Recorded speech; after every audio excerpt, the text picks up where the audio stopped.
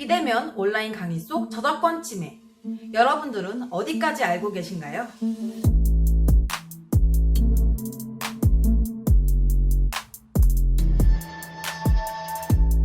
안녕하세요. 순천향대학교 교육방송국 SBS입니다. 코로나19의 영향으로 현재 우리 대학은 온라인을 통한 비대면 강의를 실시하고 있는데요. 이에 대면으로 진행되었던 시험이 과제로 대체되는 경우가 잦아졌습니다. 이에 따라 학생들이 제출해야 하는 과제 역시 증가하였는데요. 학생들이 과제를 수행하는 과정에서 본인도 모르게 저작권을 위배하고 있다는 사실 알고 계셨나요? 이에 대해 순천향대학교 학보사와 방송국이 집중 취재해보았습니다. 대학교 커뮤니티 에브리타임에서는 강의 녹화본을 사고 파는 게시물을 종종 찾을 수 있습니다. 하지만 강의는 제4조에 따라 어문 저작물로 인정되며 이러한 행위는 명백한 저작권법 위반 행위입니다. 더불어 이러한 저작권자의 재산적 권리를 침해할 시 저작권법 제136조 1항에 의해 5년 이하의 징역 또는 5천만 원 이하의 벌금에 처할 수 있다고 하니 여러분들 모두 조심해야겠죠? 여러분들은 인터넷의 사진 자료를 과제에 사용한 적이 있나요? 있다면 출처는 기재했나요? 저작권법 제25조에 따라 과제에 포함한 수업 목적으로 이미지를 사용했다면 저작권 침해에 해당되지 않습니다. 하지만 이럴 경우에는 출처를 남기는 것을 꼭 명심하고 잊어서는 안 됩니다. 유료 사이트에서 판매하는 이미지의 경우에 값을 지불하지 않고 무단으로 사용하는 것은 저작권 위배 행위입니다. 그러나 CC 라이선스를 통한 저작권자의 허용 범위에 따라 이미지를 부분적으로 사용할 수도 있습니다. CC 라이선스는 저작권 표시, 2차 가공 금지 등의 조건이 있습니다.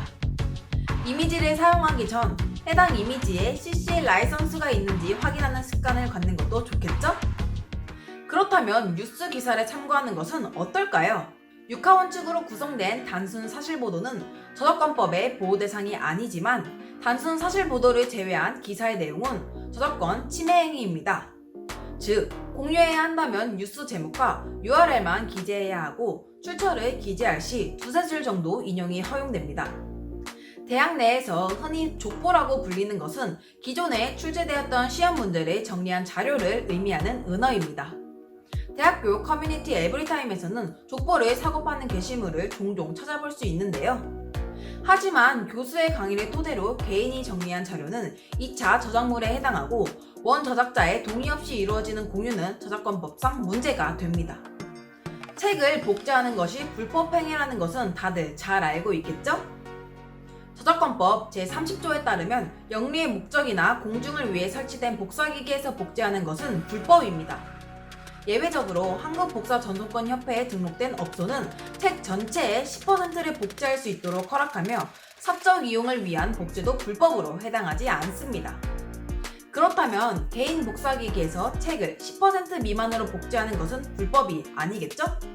매년 학기가 시작되는 3월과 9월에 학생들의 불법 교재 복사에 대한 집중 단속을 하고 있지만 쉽게 근절되지는 않고 있는데요. 불법 행위를 인지하고 있음에도 교재보다 제본이 저렴하다는 이유로 불법 교재 복사에 큰 경각심을 갖지 않기 때문입니다. 하지만 교재 복사는 명백한 불법 행위이며 처벌의 대상이 될 수 있으니 꼭 명심해야 합니다.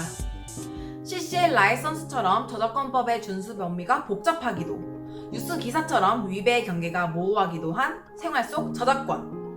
비대면 온라인 강의와 대면 강의에서뿐만 아니라 언제나 저작권에 대해 경각심을 갖도록 노력해야 합니다.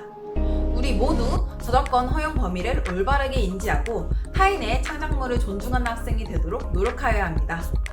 지금까지 SBS 박선영이었습니다.